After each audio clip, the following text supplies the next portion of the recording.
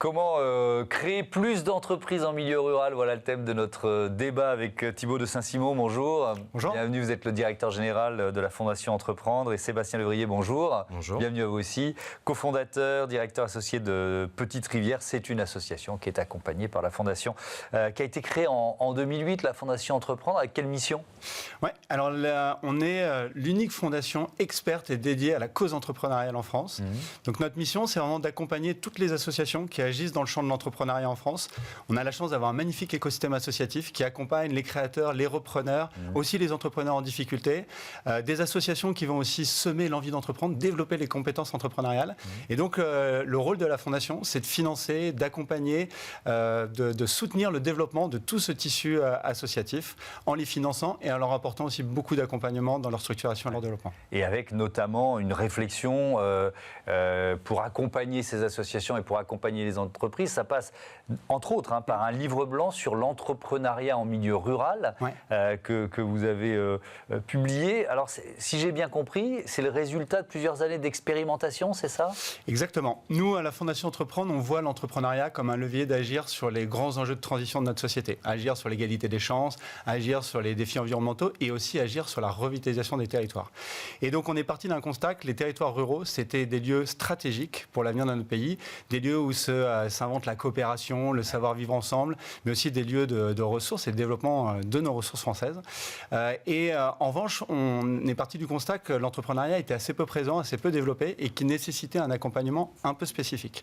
Donc, on a créé un collectif de fondations, de financeurs, donc avec la Fondation RTE, la Fondation Terre et Fils et avec AG2R La Mondiale, on a créé un collectif qui a agi pendant 3 ans en finançant des acteurs associatifs qui ont effectivement expérimenté des dispositifs d'accompagnement à l'entrepreneuriat dans une dizaine de territoires ruraux. Donc il y avait Atis et RL qui étaient en Aquitaine, il y avait Rhône-Alpia en Rhône-Alpes et la Chartreuse de Neuville dans les Hauts-de-France. Et ces 4 assos ont, pendant 3 ans, expérimenté, accompagné des entrepreneurs et puis formalisé des dispositifs vraiment adaptés à l'entrepreneuriat en ruralité. Et on va rentrer dans le détail de ces dispositifs et des propositions que vous faites. Sébastien Levrier, je veux bien que vous nous présentiez Petite Rivière. Eh bien oui. Donc les Petites Rivières, c'est une agence de conseil en économie sociale et solidaire, et même sous statut économie sociale et solidaire. Et on travaille beaucoup sur l'accompagnement de l'entrepreneuriat de territoire, l'accompagnement de l'économie sociale et solidaire, et notamment des coopérations territoriales utiles à leur développement, donc avec des collectivités et des entreprises notamment. Ouais. Et vous travaillez beaucoup en milieu rural?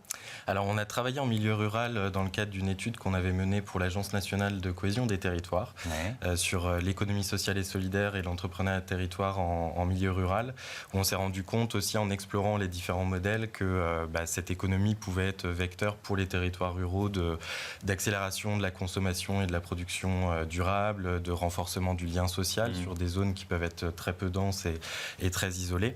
Et on a eu envie d'aller plus loin en expérimentant justement une démarche de R&D qui visait à accompagner ce mouvement, puisque la ruralité, c'est 88% de la population, 88% des communes et 33% de la population, mais ça représente une réalité, alors qu'une entreprise sur 4 seulement y est créée. Donc on a eu envie d'aller plus loin pour explorer les conditions favorables à leur développement. Est-ce qu'il y a forcément un lien entre économie sociale et solidaire et milieu rural? C'est-à-dire, est-ce qu'il y a plus de création d'entreprises avec ce modèle-là, de l'ESS, en milieu rural qu'ailleurs? Alors l'objectif, c'était pas forcément justement de se dire tout l'entrepreneuriat de territoire relève de l'économie sociale et solidaire. C'en est une grande partie. Mais c'est vrai que l'entrepreneuriat de territoire, c'est l'ancrage local, notamment. C'est la recherche d'impact social et environnemental. Donc tout ce qui va être tiers-lieu, par exemple, épicerie sociale et solidaire, c'est forcément des modèles qui vont être plutôt économie sociale et solidaire.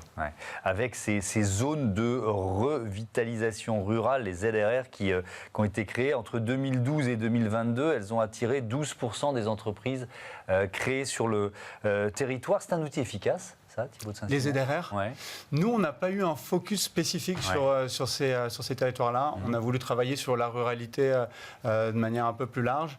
Ce qui est certain, c'est qu'entreprendre en ruralité, c'est plus difficile qu'entreprendre en centre-ville. Il y a quand même les enjeux d'accès au financement et je dirais même à l'activité économique est plus compliqué, les enjeux de mobilité, même les enjeux d'attraction des talents, tout ça sont plus complexes en ruralité.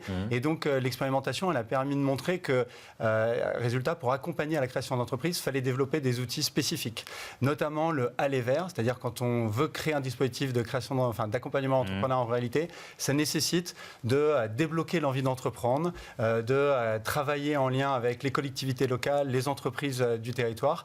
Et donc, en fait, c'est des outils qui ont été passionnants parce que c'est des outils qui ont permis vraiment d'animer les territoires ruraux. C'est-à-dire qu'elles ont été bien au-delà d'accompagner les créateurs d'entreprises. Il y en a un peu plus de 260 qui ont été accompagnés dans la création ou reprise d'entreprises pendant ces 3 années d'expérimentation. Mais surtout, en fait, ces dispositifs ont montré qu'ils ont créé du lien entre les citoyens, les entrepreneurs, les collectivités. C'est vraiment l'ensemble du territoire qui se mobilise pour développer des activités au service de la revitalisation de son territoire. Mais cette idée de l'aller vers, ça veut dire quoi? Ça veut dire qu'il y a des gens qui ne savent pas qu'on peut les aider, qu'il y a éventuellement des dispositifs comme le vôtre, ou alors des aides gouvernementales, françaises, européennes, ils ne les connaissent pas, donc il faut aller vers eux pour leur dire, regardez, là, il y a du potentiel, c'est ça? C'est exactement ça. Ouais. Et donc, les 4 associations là, qu'on a financées, elles ont développé des innovations comme, en gros, des événements qui permettaient de rassembler des citoyens, les élus, les entreprises pour parler entrepreneuriat, opportunités d'entreprendre dans le territoire. Ils ont été aussi essayer d'investir des lieux où, en théorie, l'entrepreneuriat n'était pas présent, donc des foires, des événements, des sujets qui n'avaient rien à voir avec l'entrepreneuriat, pour aller amener l'entrepreneuriat dans ces sujets et essayer d'aller démocratiser l'envie d'entreprendre et l'accès à l'entrepreneuriat dans ces territoires. Vous le vivez aussi à votre niveau, chez Petite Rivière, cette importance finalement d'aller vers les entreprises, les entrepreneurs qui sont souvent, qui n'ont pas le temps, quoi, ou qui ne sont pas forcément informés? Oui, complètement. C'est vrai qu'il existe beaucoup de programmes d'accompagnement en milieu urbain notamment, donc il faut orienter les porteurs de projets selon qu'on veuille développer une entreprise classique, selon qu'on veuille développer une structure d'économie sociale et solidaire. Et la réalité se pose aussi forcément en milieu rural, où là c'est l'inverse, il y a tellement peu de dispositifs qu'il faut savoir les trouver effectivement. Vous avez des exemples d'actions que vous menez avec Petite Rivière, par exemple dans l'accompagnement des collectivités locales dans des projets territoriaux? Oui, par exemple, on a eu l'occasion d'accompagner la création d'un pôle économie circulaire et solidaire dans une communauté de communes, donc l'émergence du projet. Et c'est vrai que là, on se rend compte du besoin justement de liens, de mobilisation citoyenne pour comprendre les besoins. C'était dans l'Ain, notamment. Et puis après, il y a d'autres projets qui sont plutôt en milieu urbain, mais c'est toujours la même idée de se dire comment on mobilise les habitants pour que ça ne soit pas déconnecté et que l'habitant ait une place dans ces lieux qui visent justement à développer le lien social, éviter l'entre-soi de l'entrepreneuriat et essayer d'ouvrir avec des projets comme des ressourceries par exemple ou des modèles justement en milieu rural qui visent à développer une multi-activité, donc par exemple une épicerie qui va être aussi bar associatif et tiers-lieu, ça c'est des réalités aussi assez importantes en milieu rural et qui nécessitent justement un accompagnement plus fort du fait que la multi-activité, c'est beaucoup de modèles économiques différents. Et puis il y a un effet domino qui doit être quand même très sympa à vivre quand on met une activité comme la vôtre. C'est-à-dire que quand il y a une entreprise qui se crée ou qui dure dans le milieu rural, il y a tout ce qui va avec, quoi. C'est-à-dire exactement. La population, la scolarisation, etc. etc. Vous le ressentez? Alors ça, c'est plutôt effectivement les actions des lauréats du programme qui ont été vraiment sur le terrain à accompagner ces projets-là. Mais c'est vrai qu'aussi, c'est souvent l'occasion quand nous, on parle d'entrepreneuriat territoire comme levier de revitalisation sociale, environnementale et culturelle. Il y a beaucoup de projets, par exemple, qui visent à réhabiliter des lieux abandonnés.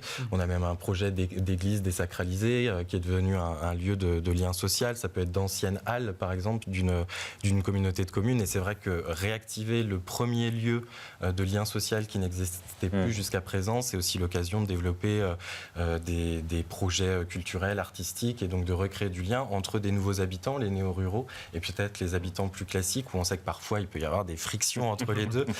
Ça oui, on adore, nous journalistes, raconter les histoires de néo-ruraux qui ne sont pas contents parce qu'il y a des vaches qui font du bruit et donc il n'y a pas que ça. Ou l'église qui sonne l'heure, quoi. Bref. Exactement.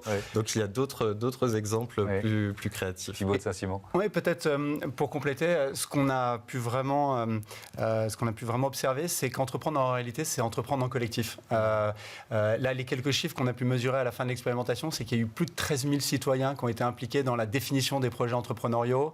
Il y a plus de 2000 partenaires, entreprises, collectivités locales qui ont été aussi associés à ces créations d'entreprises.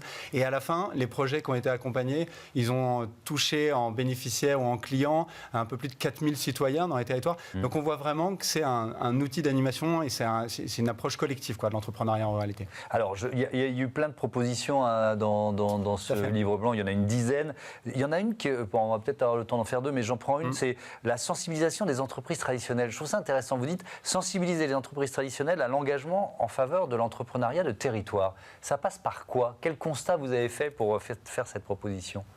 Oui, alors en fait, évidemment, le constat qu'on a pu faire sur cette expérimentation, c'est d'abord qu'il fallait aller plus loin. C'est-à-dire que nous, on a accompagné, comme on l'a dit, un peu plus de 200 projets dans une dizaine de territoires ruraux. On a démontré que ces dispositifs qu'on a financés, ils étaient viables.